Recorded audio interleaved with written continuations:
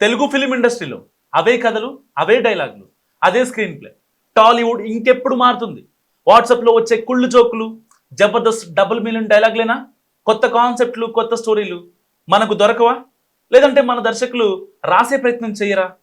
Bollywood, మల్లీవుడ్ దర్శకులకు different స్టోరీలు మరి ఎలా దొరుకుతున్నాయి? టాలీవుడ్ సినిమాలు కొంతకాలంగా వరుసగా ఫ్లాప్లు అవుతున్నాయి. తీసిన కథలే తిప్పి తిప్పి మళ్ళీ మళ్ళీ తీస్తున్నారు. ఒక సినిమాలో పెట్టిన సీన్లనే సిగ్గు ఎగ్గు లేకుండా కాపీ కొట్టేస్తున్నారు.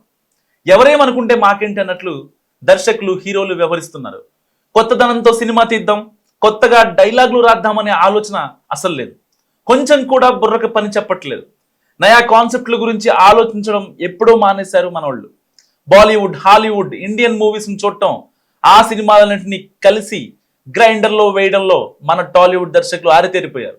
కొందరు దర్శకులు పాత సినిమాల్లో కాన్సెప్ట్లను కాపీ కొట్టడం, దానికి ఒక కొత్త టైటిల్ పెట్టడం, పబ్లిసిటీ చేసుకోవడం కామన్ అయిపోయింది.